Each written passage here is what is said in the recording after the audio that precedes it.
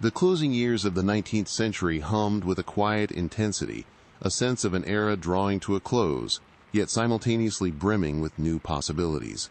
It was a time of immense change, of scientific discovery rapidly reshaping the world, and of nations reaching out, sometimes tentatively, sometimes boldly, across once daunting distances. Yet, amidst this march of progress, there lingered a profound romanticism, a longing for the nobler ideals of antiquity, a fascination with the roots of Western civilization. It was in this fertile ground of nostalgia and forward-thinking ambition that a remarkable idea began to take root, an idea that would blossom into one of humanity's most enduring and unifying spectacles. For centuries, the ancient Olympic Games had existed solely in the annals of history, a glorious memory of athletic prowess, religious devotion, and intercity rivalries laid bare in the sun-drenched Peloponnesian fields. They had flourished for over a millennium, periodically interrupted by war or plague, but ultimately brought to an end in the late 4th century by the decrees of the Roman Emperor Theodosius I, who deemed them pagan rites incompatible with the burgeoning Christian empire. Their echoes, however, persisted, whispered through the ruins of Olympia, hinted at in classical texts, a testament to a time when physical excellence and competitive spirit were revered as virtues. It was a young French nobleman, an educator, and a passionate advocate for physical education who truly picked up these ancient echoes and envisioned them resounding once more. His name was Pierre de Coubertin. Born into a distinguished aristocratic family in 1863, Coubertin was deeply concerned by what he perceived as a decline in French national spirit and physical vitality after the Franco-Prussian War. He believed fervently in the character-building power of sport, not merely as a physical pursuit, but as a crucible for moral development, discipline, and fair play. He had traveled extensively, observing the British public school system and American universities, where athletics were integrated into the educational curriculum with far greater emphasis than in France. He saw how sport fostered camaraderie, taught resilience, and instilled a healthy competitive spirit. But Coubertin's vision transcended mere national rejuvenation. He held a grander, more audacious dream: to use sport as a bridge between peoples, a means of fostering international understanding and peace. In a world increasingly interconnected, yet still plagued by nationalistic rivalries and the specter of conflict, he saw the potential for a peaceful arena, a global festival where the best athletes of every nation could meet, not in battle, but in friendly competition.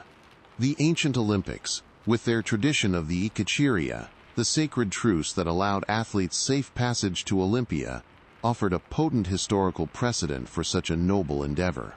His initial ideas were, predictably, met with polite skepticism or outright indifference from many of his contemporaries.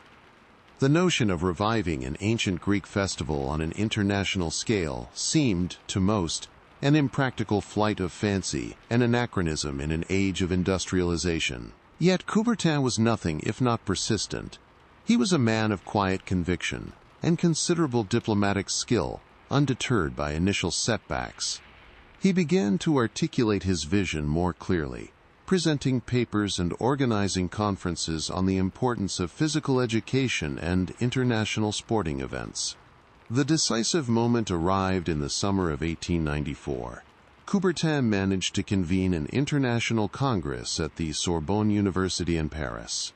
Over 2,000 delegates and guests from 12 nations gathered, ostensibly to discuss amateurism in sport, but with a carefully orchestrated secondary agenda. Coubertin, with his eloquent rhetoric, seized the opportunity. He laid out his ambitious proposal for the re-establishment of the Olympic Games, not as a quaint historical reenactment, but as a vibrant, modern international competition. He spoke passionately of the ancient spirit, but emphasized the contemporary relevance of such an undertaking for peace and mutual respect. To Coubertin's immense satisfaction, and perhaps to the surprise of some of the delegates, the idea took hold.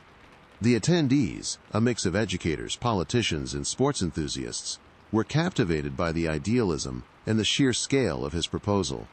On June 23, 1894, the Congress formally voted to revive the Olympic Games.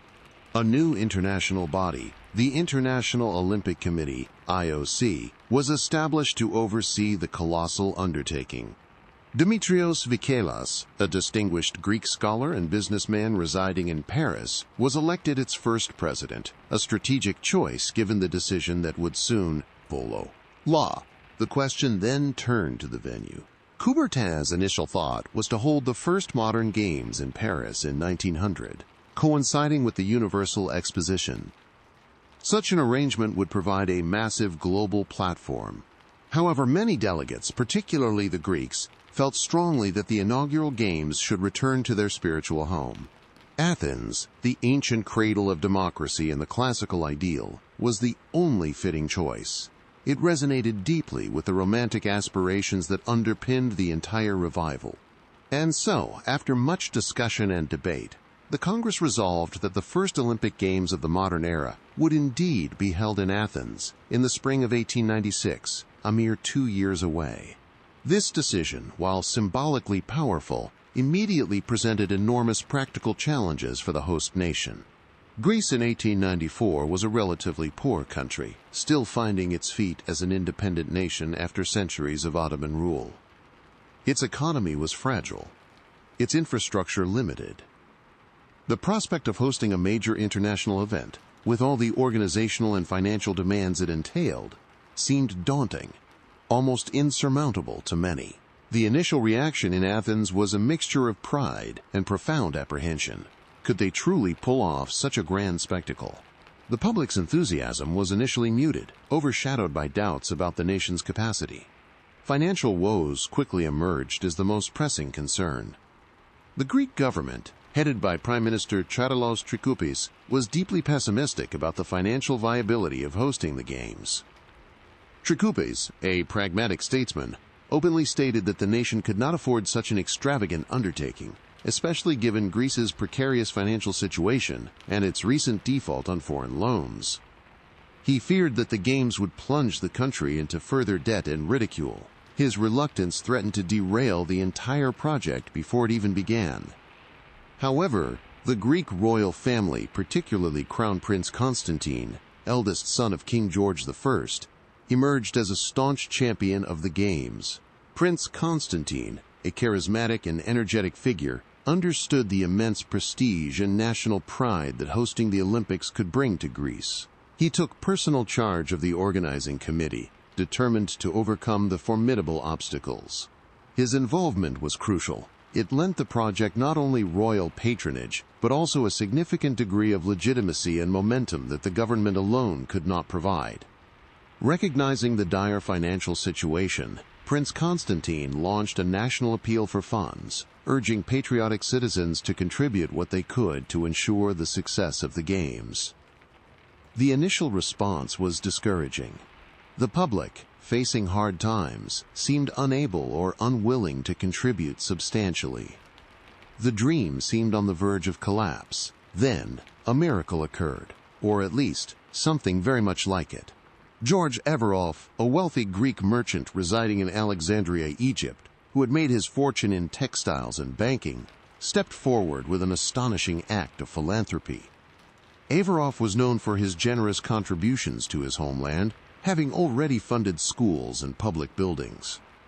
Now he pledged an astronomical sum of 1 million drachmas, a truly princely sum at the time, solely for the restoration of the ancient Panathenaic Stadium. This was the exact historical site Coubertin and the Greeks envisioned as the main venue, but it was nothing more than a ruined hollow, overgrown with weeds, its ancient marble long plundered or buried beneath centuries of accumulated earth. Averoff's gift was not just financial, it was a profound declaration of faith in the project and in Greece's ability to host it. It instantly electrified the public. With Averoff's monumental donation, the tide turned dramatically. The national pride, initially overshadowed by doubt, surged. The Greek people, witnessing such an extraordinary act of generosity and the real prospect of the Games taking shape, began to embrace the endeavor with a fervor that surprised even the most optimistic organizers. Small donations began to pour in from ordinary citizens. Special commemorative stamps and posters were issued to raise further funds and awareness. The atmosphere in Athens shifted from apprehension to excitement. The games were truly going to happen. The Panathenaic Stadium itself was a marvel of ancient design, originally built entirely of white marble for the Panathenaic Games of 330 BC, and later extensively renovated by Herodes Atticus in the 2nd century AD. Its restoration was a colossal undertaking. Thousands of laborers toiled day and night, transforming the overgrown hollow into a gleaming, horseshoe-shaped arena once more. They unearthed and reconstructed ancient marble seating, pathways, and entranceways, meticulously overseen by architects and archaeologists. The vision was to authentically recreate the original grandeur, albeit with modern adaptations for the athletic events. The scale of the renovation, completed in practically record time with such limited resources, was a testament to Greek determination and pride. Simultaneously, the organizing committee, under Prince Constantine's leadership, raced against the clock to prepare for the logistics of hosting athletes and visitors from across the globe. Invitations were sent to national Olympic committees where they existed, and athletic federations in various countries. The concept of an athlete in this nascent Olympic movement was still fluid. Professionalism was strictly prohibited, aligning with Coubertin's amateur ideal. Only amateurs, those who competed for the love of sport rather than financial gain, were deemed worthy. This distinction, while seemingly straightforward, would lead to considerable debate and interpretation in the years to come. Information about the events, track and field, gymnastics, wrestling, fencing, swimming, cycling, shooting, and tennis, began to circulate. The rules were rudimentary, often tailored to what could be realistically managed with available facilities. There was no single, unified international sports body dictating universal rules for all disciplines at the time. Practices varied from country to country. Improvisation and adaptability were key. The marathon, a new event conceived specifically for these games, captured imaginations immediately. It was envisioned as a recreation of the legendary run of Phidippides, a messenger who, according to legend, ran from the battlefield of Marathon to Athens to announce the Greek victory over the Persians before collapsing and dying. It was a powerfully symbolic addition, linking the modern games directly to the glorious past. As April 1896 drew closer, the streets of Athens began to buzz with a new kind of energy. Foreign visitors arrived, curious journalists, sports enthusiasts, and athletes from distant lands, many of whom had to fund their own arduous journeys. They came by ship, by train, by horse-drawn carriage. The hotels of Athens quickly filled, and private homes opened their doors to accommodate the influx. The city, normally quiet and ancient, suddenly found itself on the cusp of an unprecedented international gathering. Flags of various nations appeared alongside Greek banners, a visual symphony of the global village Coubertin had dreamed of. The air crackled with anticipation, a feeling that something truly historic, something grand and unifying, was about to unfold in the cradle of Western civilization. The world was about to witness the rebirth of an ancient ideal, reimagined for a new age. The morning of April 6, 1896, dawned bright and clear over Athens, a perfect spring day that seemed to bless the momentous occasion. The city, usually slow to rouse, vibrated with an uncommon energy.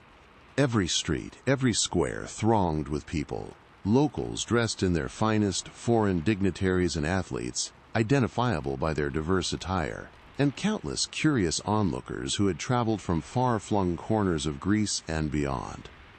The air was thick with anticipation, a celebratory hum that crescendoed as thousands made their way towards the Panathenaic Stadium, the magnificent, reborn arena that would serve as the heart of the games. The sight that greeted them was truly breathtaking. The stadium, resurrected from centuries of disuse and decay by the painstaking work funded by George Averoff, gleamed in the sunlight. Its tiered seats, carved from pristine white Pentelic marble, rose majestically, capable of holding an astonishing 70,000 spectators. Banners and flags adorned the entrances, and the track, meticulously prepared, awaited the feet of the athletes. This was not just a sports arena. It was a powerful symbol, a bridge connecting the past to the present, embodying the revival of an ancient ideal. At precisely 3:30 in the afternoon, the stadium exploded with a thunderous roar. More than 60,000 spectators, overflowing the marble stands and spilling onto the surrounding hillsides, rose to their feet as the Greek royal family arrived. King George I, accompanied by Queen Olga and their children, Crown Prince Constantine foremost among them, entered the stadium to a deafening ovation. The sight of their king, symbolizing the nation's resurgence, taking his place in such a historically charged setting, deeply moved the Athenian crowd. Dignitaries from numerous nations, including foreign royalty and ambassadors, also took their places, their presence lending an undeniable international weight to the proceedings. After a brief, solemn moment, King George I stepped forward and, in simple yet profound words, declared the Games officially open. "I declare the opening of the first International Olympic Games in Athens," he stated, his voice ringing out across the vast enclosure. The short address was met with another wave of ecstatic applause. Following the royal proclamation, a choir of 150 voices, accompanied by a band, performed the newly composed Olympic hymn, a stirring piece with music by Spiridon Samaras and words by Kostas Palamas. Its grand, lyrical melody resonated through the stadium, a fitting musical tapestry for the occasion, encapsulating the spirit of unity and noble competition. The scene was one of unparalleled grandeur for its time, a spectacle that captured the imagination of everyone present. With the formalities concluded, the athletic competitions were finally ready to begin. The first event on the program was the preliminary heats of the 100-meter dash, an immediate test of raw speed.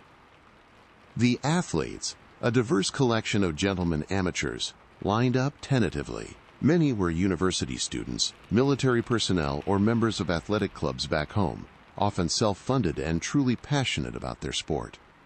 There was no uniform. Some wore track suits of their national colors. Others ran in simple white shirts and trousers, some even in modified street clothes. Spikes were uncommon, and starting blocks non-existent. Runners simply crouched and sprung from the bare earth.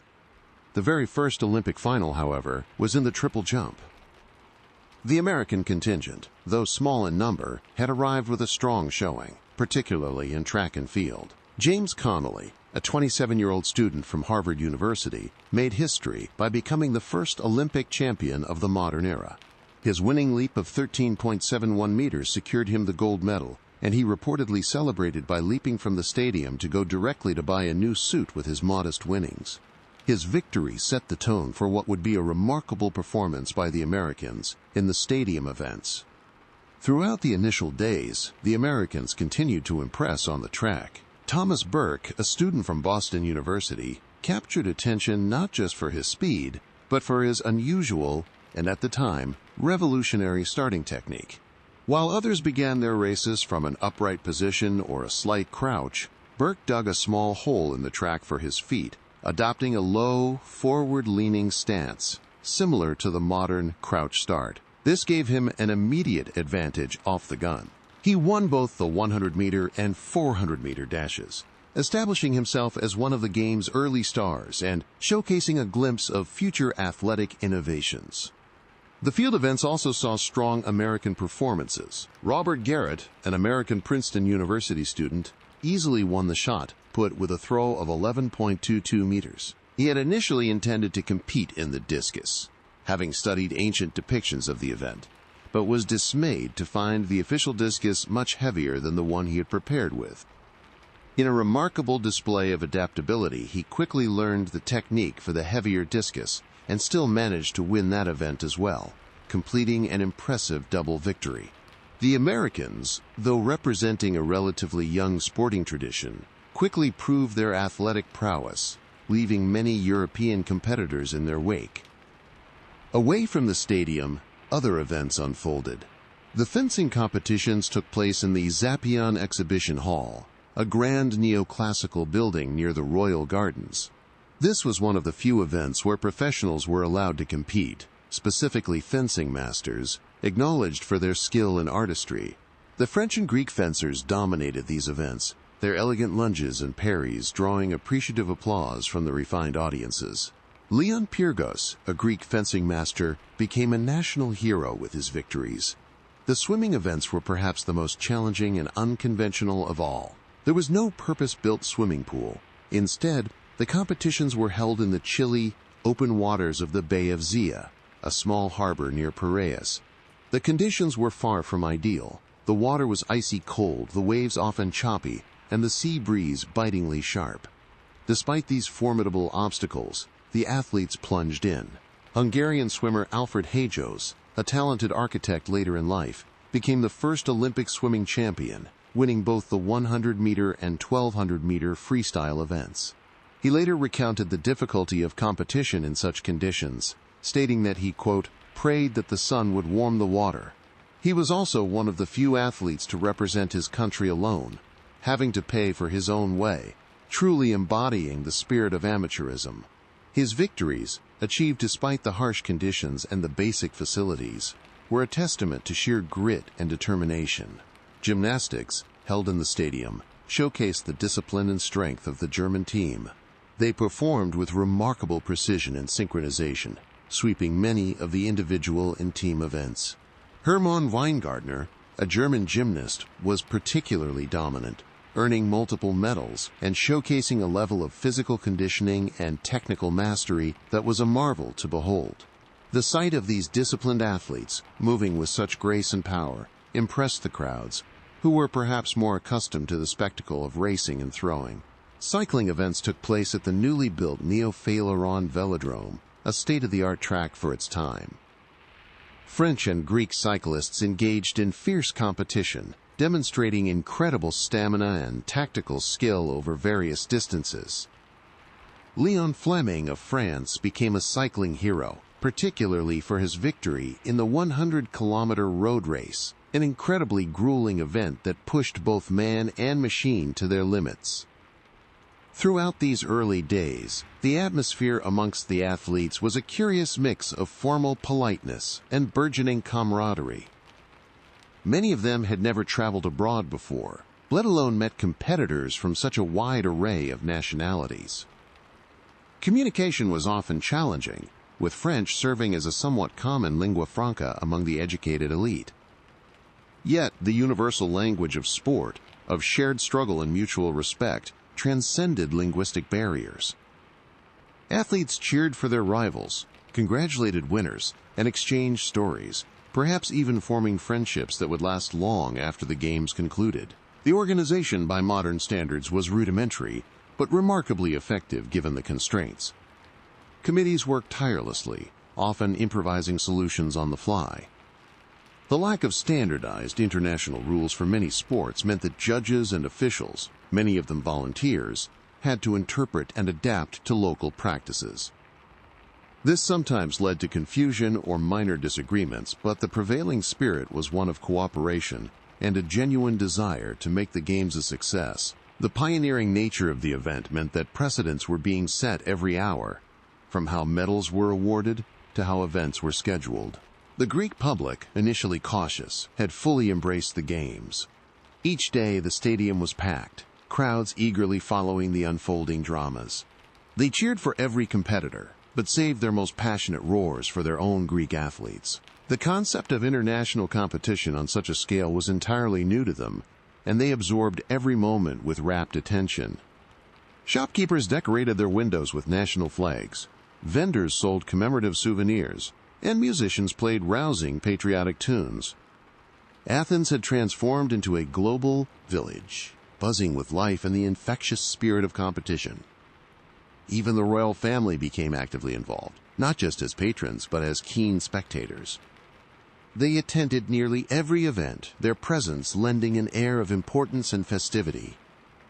Crown Prince Constantine, having personally overseen much of the organization, watched with particular satisfaction as his efforts bore fruit.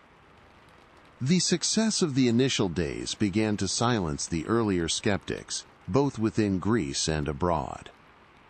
The games were not only happening, they were, against many odds, a resounding success, capturing the world's attention and proving Coubertin's audacious vision was indeed achievable. Yet, despite the victories and the festive atmosphere, a sense of quiet anticipation grew around one particular event, an event that more than any other connected the modern games directly to their ancient roots in Greek mythology. It was the marathon, a race born from legend, scheduled for the final days of the competition. Its significance was not lost on anyone, and the hopes of an entire nation began to coalesce around the prospect of a Greek victory in this most symbolic of races. The stage was set for a dramatic climax, but before that, countless other tales of athletic endeavor and human spirit would unfold in the burgeoning competition. The games were building towards something truly special, weaving a new tapestry of sporting history in the ancient land of its birth. The days unfolded in a vibrant tapestry of athletic endeavor and cultural exchange, each dawn bringing new contests and fresh heroes. The initial surge of excitement from the opening ceremonies and the track events continued unabated, fueled by the daily drama unfolding within the Panathenaic Stadium and at the various ancillary venues. Spectators, having paid their modest entrance fees or found vantage points on the hillsides overlooking the stadium, returned day after day, eager to witness the historical significance of what they were experiencing. The air remained perpetually charged with a unique blend of formal ceremony and spontaneous joy. Beyond the speed and grace of the sprinters and the raw power of the throwers, other disciplines showcased different facets of human strength and skill. Weightlifting proved to be a particularly popular event, its raw display of power resonating deeply with the crowd. Unlike today's standardized categories, the weightlifting competitions were simpler, focusing on two main lifts, the two-hand clean and jerk and the one-hand lift. The athletes were a varied lot. Some were naturally robust men, others had trained specifically. Launceston Elliott, a flamboyant British all-rounder who also competed in wrestling and rope climbing, famously lifted 71 kilograms with one hand, a tremendous feat of strength that delighted the audience. The reigning champion in the two-hand lift was Viggo Jensen of Denmark, who ultimately claimed victory despite an injury sustained during his attempts. These displays of sheer physical might, performed without the sophisticated equipment and training regimens of modern times, offered a visceral appeal. Wrestling, a sport with ancient roots that reached back to the very origins of the games, was another keenly followed event. Held in the stadium, the competition lacked the precise weight categories and time limits of today, often resulting in prolonged, exhausting bouts. The style was Greco-Roman, emphasizing throws and holds above the waist. Karl Schumann, a German athlete, emerged as a dominant figure, proving himself a formidable opponent by winning not only the wrestling but also 3 gymnastics events. His all-round athletic prowess was a testament to the versatility expected of athletes in this nascent era of sport. His powerful frame and determined spirit were a striking sight in the arena. Shooting events, taking place at the Calathea firing range, also drew considerable interest. These competitions were perhaps more directly relevant to the military background of many participants, particularly those from nations with conscription. The rifle and pistol contests tested precision, steady nerves, and focus. The American brothers, John and Sumner Payne, notably excelled in the pistol events. John, a lieutenant in the U.S. Army, and Sumner, a civilian, reportedly came to Athens with their own meticulously maintained firearms, and their disciplined approach paid off handsomely. They dominated the pistol shooting events, displaying an accuracy that left their competitors in awe. Their victories, quieter than those in the stadium, nevertheless underscored the diverse range of skills being celebrated. Meanwhile, on the clay courts of the Athens Lawn Tennis Club, a more genteel competition unfolded. Tennis, still a relatively new sport in the late 19th century, was primarily an amateur pursuit enjoyed by the upper echelons of society. The British and Irish competitors, with their strong tennis tradition, performed well. John Pius Boland, an Englishman residing in Greece for language studies, decided to enter almost on a whim. Borrowing appropriate attire and borrowing a racket, he went on to win both the singles and doubles titles, an unexpected triumph for a casual participant that became a delightful anecdote of the games. His spontaneous entry and success highlighted the very informal nature of participation for many. There were no national teams in the modern sense, merely individuals or small groups representing themselves with the support of their athletic clubs or universities. Indeed, the general condition and preparation of the athletes bore little resemblance to the rigorous training regimes of today. Many were true amateurs who balanced their sporting pursuits with their professions or studies. Their training methods were rudimentary, often self-taught, and relied more on inherent talent and natural fitness than on structured programs. Travel to Athens itself was an adventure. The journey by steamship and train was long, expensive, and often uncomfortable, further deterring many potential competitors. Those who made it were driven by a genuine love of sport and a desire to be part of something historic. This meant that the fields of competitors were relatively small, and sometimes an event might have only a handful of participants, yet the spirit of competition remained fierce.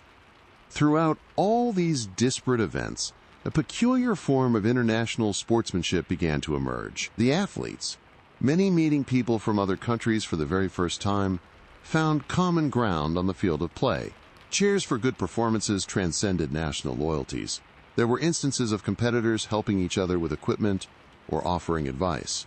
In the absence of established international sporting bodies, the organizing committee, under Prince Constantine's tireless leadership, often had to make decisions on the fly regarding rules, judging, and logistics. It was a fluid environment, but one characterized by a shared determination to make the game succeed. Athens itself adapted to its new role as a host city. With remarkable enthusiasm, the streets teemed with life. The city's tavernas and cafes brimmed with animated conversations in a multitude of languages. Foreign journalists filed dispatches back to their respective countries, sharing stories of the unique spectacle unfolding in the ancient land. For many Greeks, the Games represented not just a sports festival, but a powerful affirmation of their nation's cultural heritage and a reassertion of its place on the international stage after centuries of overshadowed existence.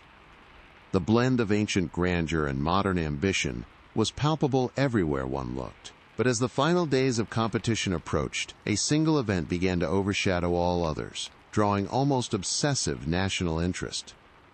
This was the marathon race. Its very conception had been deeply symbolic. The idea, championed by Michel Bréal, a French Hellenist and friend of Coubertin, was to commemorate the legendary run of the messenger Phidippides.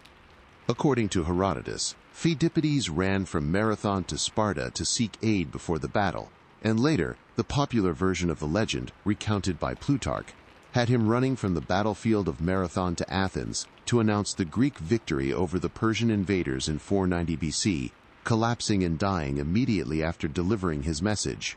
Nike. Victory. The course was meticulously planned to follow, as closely as possible, the historical route. It began in the town of Marathon, some 40 kilometers, approximately 25 miles, northeast of Athens, winding its way through dusty roads and picturesque landscapes before culminating dramatically inside the Panathenaic Stadium. For the Greek people, a victory in this specific race was not merely a gold medal, it was a profound act of national pride, a living connection to their heroic past, an almost spiritual necessity. The pressure on the Greek runners, therefore, was immense, an almost unbearable weight of expectation. Rumors and names circulated amongst the crowd. Spiridon Belokas, a former army officer, Charelios Vassalakos, a well-known strong runner, and above all, the local postman from a small village near Athens, Spiridon Louis, a dark horse about whom little was known outside his immediate community, but whose simple, humble background resonated deeply with the common people. He had run the qualifying race not to win, but simply to gauge his fitness, and had only recently decided to throw his hat into the ring. The hope was fervent that one of their own, a true son of Greece, would cross the finish line first in this most sacred of contests. The tension was building, a crescendo before the grand finale. All eyes, both within the stadium and across the nation, were now fixed on Marathon, awaiting the arrival of the victor. The marathon race, scheduled for the penultimate day of the Games, April 10th, was arguably the most anticipated event of the entire festival. For the Greek people, it was more than just a sporting contest. It was a deeply personal reenactment of their history, a tangible link to a glorious past, and an embodiment of their national aspirations. Their fervent hope was that a Greek athlete, a true son of their soil, would be the one to relive Pheidippides' legendary run and bring home the victory. The pressure on the Greek runners was immense. A quiet, collective breath held across the nation. The day itself was unusually warm for April, adding another layer of challenge to the already grueling course.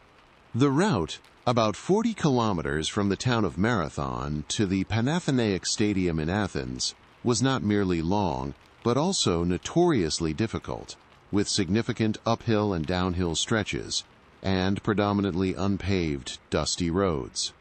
Early in the afternoon, the athletes gathered at the starting line in Marathon. Among them were a handful of foreign competitors, some of whom had already proven their mettle in track events, and a larger contingent of Greek runners, many of whom were amateur athletes with little formal training but abundant national pride. From the outset, the pace was set by the foreign runners, particularly Edwin Flack, an Australian who had already won the 800-meter and 1500-meter races, and Albin Lermusio, a strong French middle-distance runner. They quickly established a commanding lead, pushing hard in the early kilometers. The Greek public lining the route, however, had their eyes fixed on a different, more humble figure, Spiridon Louis, a 23-year-old water carrier from the village of Marousi, not far from Athens. He was not a celebrated athlete. His strength came from years of carrying heavy loads over long distances, and his approach to the race was measured, almost cautious. He ran at his own steady pace, letting the early leaders burn themselves out, conserving his energy in the relentless heat. News of the race progress, often relayed by military dispatch riders on horseback, began to trickle into the packed Panathenaic Stadium. Initially, the reports favored the foreign frontrunners. Murmurs of disappointment rippled through the stands. Flack, the Australian, was reportedly still in a dominant position, followed closely by Lermusio. The prospect of a non-Greek winning the marathon, the symbolic heart of these games, cast a somber shadow over the otherwise festive atmosphere in the stadium. The crowd, accustomed to cheering for every athlete, felt a particular pang of anxiety. But then, as the kilometers wore on, a dramatic shift occurred. The grueling conditions, the relentless pace, and the punishing course began to take their toll on the leaders. Lermusio, the Frenchman, was forced to drop out due to exhaustion. Shortly thereafter, the Australian, Edwin Flack, who had pushed himself to the absolute limit, collapsed just a few kilometers from the finish line, unable to continue. The news reached the stadium with astonishing speed, first as a whisper, then a roar of disbelief and dawning hope. Foreign contenders were falling. Fire. And then came the electrifying updates. A Greek runner had taken the lead. Not one of the more famous or highly touted Greek athletes, but the quiet, unassuming Spiridon Louis. He had maintained his conservative pace, drawing on his immense stamina, and now, as others faded, his steady forward motion propelled him into first place. The reports indicated he was just moments away from entering the stadium. The tension was almost unbearable. A collective frenzy seized the crowd. Everyone rose to their feet, straining their necks, eyes fixed on the stadium's grand entrance arch. The roar that erupted a few moments later was unlike anything heard before or since in the Panathenaic Stadium. It was a primal, joyful explosion of human sound, a thunderous wave of relief, triumph, and overwhelming national pride. As Spiridon Louis, covered in dust and sweat, his simple white shirt clinging to his frame, emerged from the tunnel and onto the vast track, the stadium became a single, pulsating entity. He was instantly recognizable as a Greek, and his lead was clear. The sight of him, a local hero, completing this historic journey, was almost too much for the emotionally charged spectators. King George I and Crown Prince Constantine, overcome with emotion, reportedly rose from their royal box and descended to the trackside, running alongside Louis for his final lap, urging him on. Louis, utterly exhausted but fueled by the adulation of his people, completed the final circuit of the track. The crowd continued its deafening roar, throwing flowers onto the track, waving flags, and weeping openly. With one final surge of effort, he crossed the finish line in a time of 2 hours, 58 minutes, and 50 seconds. The stadium erupted into jubilant chaos. Spirited Louis was immediately lifted onto the shoulders of jubilant spectators and carried around the stadium in triumph, a living embodiment of the Hellenic spirit. It was an image that would forever be etched into the collective memory of the first modern Olympic Games.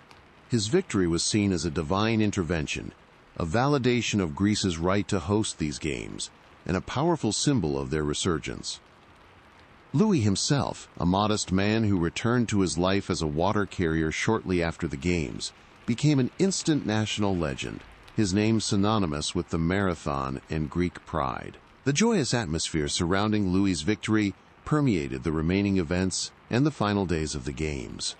While it might have overshadowed other impressive performances, it cemented the cultural and historical significance of the Athens Games. The success of the marathon, in particular, ensured the Games ended on an unprecedented high, proving to the world that the dream of reviving the Olympics was not only achievable, but wildly popular and deeply resonant.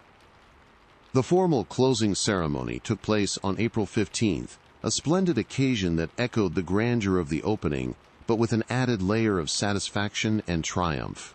Again, the Panathenaic Stadium was filled to capacity, a testament to the enduring fascination the Games had generated. The king and the royal family were present, along with a multitude of international dignitaries. The ceremony began with a parade of the medalists, each celebrated for their achievements. There were no elaborate national parades in the modern sense, simply the athletes who had excelled. The tradition of awarding gold, silver, and bronze medals was not yet established. Instead, the first-place finishers received a silver medal, an olive branch from the sacred grove of Olympia, and a diploma. Second-place finishers received a bronze medal and a laurel branch. Third-place finishers received nothing, a stark contrast to today's recognition system. The medals themselves featured a depiction of Zeus holding a globe with the goddess of victory, Nike, on it, on one side, and the Acropolis on the reverse. For these pioneering athletes, the honor of being an Olympian was prize enough, and the physical token was a cherished keepsake. Following the presentation of awards, the Greek King George I once again rose to address the assembled crowd and athletes. He gave a short, eloquent speech, expressing his profound satisfaction at the success of the Games and thanking all those who had contributed to their realization. He spoke of the spirit of peace and fellowship that the Games had fostered, and of Greece's pride in having hosted such a historic event. He then formally declared the first International Olympic Games closed. The closing ceremony concluded with the performance of the Olympic hymn and a national anthem, followed by a final, thunderous cheer from the massive crowd. As the spectators slowly filed out of the magnificent stadium, a sense of wonder and accomplishment hung in the air. The inaugural modern Olympic Games, conceived in a dream, beset by doubts, and brought to fruition by determination and generosity, had been a resounding success. They had not only revived an ancient tradition, but had also laid the foundation for a global movement that would redefine international sport and foster connections between peoples for generations to come. The world had witnessed something truly special. From the small group of visionaries who dared to dream of a reborn Olympiad, to the thousands of spectators who filled the ancient stadium, everyone involved had played a part in a moment that transcended sport. It was a testament to human aspiration, international cooperation, and the enduring power of idealism. Athens, 1896, stood as a beacon, a quiet, yet powerful declaration that the Olympic spirit, far from being confined to the mists of antiquity, was vibrantly alive and ready to shape the future. The Games, reborn, had found their voice, and the world was listening. As the last echoes of the celebration faded from the Panathenaic Stadium, and the foreign visitors slowly began their long journeys home, Athens settled back into its ancient rhythm. But it was not quite the same Athens. The city had hosted the world, and in doing so had reaffirmed its own identity. The Games of 1896 had left an indelible mark, not just on the newly crowned champions, but on the very fabric of the young Greek nation, and on the nascent international sporting community. The immediate reaction, both within Greece and across the globe, was overwhelmingly positive. Newspapers from Paris to New York carried extensive reports, often illustrated with grainy but compelling photographs depicting the grandeur of the stadium, the exertions of the athletes, and the exuberant crowds. Foreign correspondents, many of whom had arrived with considerable skepticism about Greece's ability to host such an event, now waxed lyrical about the hospitality, the organization, and the sheer historical resonance of the Games. Editorials hailed the peaceful competition as a hopeful sign for international relations in an increasingly complex world. For Greece, the success was nothing short of miraculous. It had been a monumental undertaking, plagued by financial anxieties and infrastructural challenges right up until the very last moment. Yet, through a combination of royal patronage, public philanthropy, and widespread volunteer enthusiasm, the impossible had been achieved. The Games had not only brought prestige and a much-needed boost to national morale, but had also arguably put Greece firmly back on the international map. Crown Prince Constantine, who had thrown his full weight behind the project, emerged with enhanced national popularity, cementing his image as a leader capable of uniting the nation for a common cause. His steadfast belief in the Games had been fully vindicated. However, the question of the future of the Olympic Games immediately presented itself. Despite the immense success and emotional impact of the Athens Games, there was no guarantee that they would continue. Indeed, there was a strong sentiment in Greece, fueled by patriotic pride, that Athens, as the historical birthplace of the Olympics and the successful host of the inaugural modern Games, should become the permanent home of the Olympic movement. This idea gained widespread support within Greece, and was even publicly advocated by King George I. Such a proposal, however, ran directly counter to the fundamental vision of Pierre de Coubertin. Coubertin, while deeply appreciative of Athens's efforts and the historical significance of the chosen venue, firmly believed that the Olympic Games had to be truly international and itinerant. To confine them to one city, even one as symbolically important as Athens, would limit their global reach and transform them into a purely Greek festival, rather than a universal movement for peace and athletic excellence. He envisioned the Games as a beacon that would travel the world, fostering international understanding and bringing the spirit of Olympism to different cultures and peoples. This philosophical difference would become a quietly contentious issue in the immediate aftermath of 1896. The challenges for the fledgling Olympic movement were, in fact, immense. Despite the goodwill generated in Athens, the organizational structure of the International Olympic Committee was still rudimentary. There was no established model for financing, selecting future host cities, or even standardizing rules and regulations across the diverse range of sports. Each subsequent Games would, in essence, be another pioneering effort. The early years of the Olympic movement were indeed difficult. The Second Olympic Games, held in Paris in 1900, were deliberately timed to coincide with the Universal Exposition, a massive World's Fair. While strategically aimed at attracting a huge audience, integrating the Games into such a vast exposition proved to be a mixed blessing.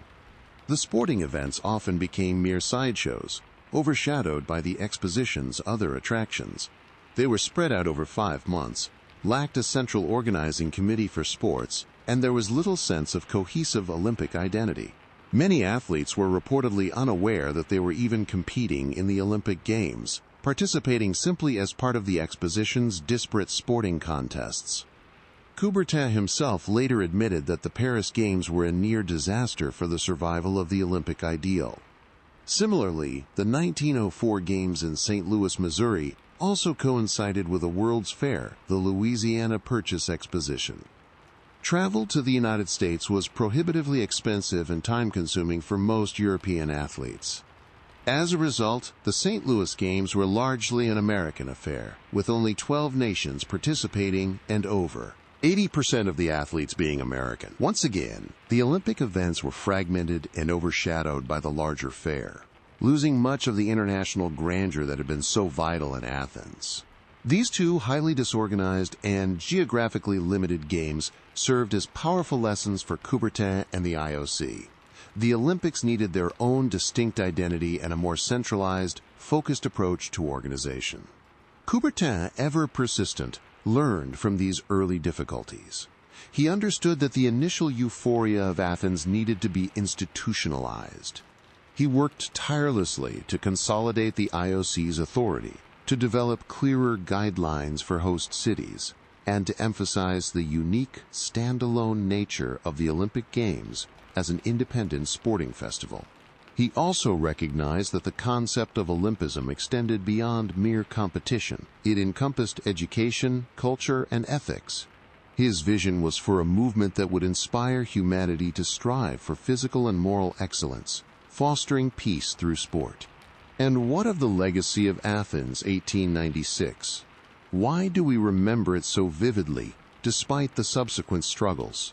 Its importance lies not in its perfect organization. By modern standards, it was rudimentary at best, nor in its professional execution. Its significance lies in its existence. It proved, definitively, that the dream could be realized. It captured the public imagination in a way that the later, more fragmented games initially failed to do. The image of the Panathenaic Stadium packed with thousands, the king on the track with Spirit and Louis, the emotional outpouring for the marathon winner. These were powerful, iconic moments that cemented the Olympic revival in the collective consciousness. Athens 1896 provided the crucial spark. It showcased the universal appeal of human endeavor, the drama of competition, and the unifying power of sport. It reminded a world captivated by industrial progress and national rivalries that there was also value in the pursuit of excellence, in fair play, and in peaceful assembly. It was a bold, hopeful experiment that, against all odds, succeeded spectacularly. It demonstrated that the world was ready for a grand, international sporting festival that transcended national borders and celebrated the human spirit. Though the road ahead for the Olympic movement would be long and winding, marked by political upheaval, financial crises, and 2 world wars, the seed planted in Athens in 1896 was robust. It had weathered initial storms and laid the enduring foundation for what would eventually become the world's preeminent sporting and cultural spectacle. The quiet nobility of Pierre de Coubertin's vision, coupled with the immense courage and pride of the Greek people, had given birth to a phenomenon that would continue to inspire generations, proving that even in the most challenging of times, humanity could find common ground in the pursuit of excellence and the celebration of shared ideals. The Games had truly returned, and they were here to stay.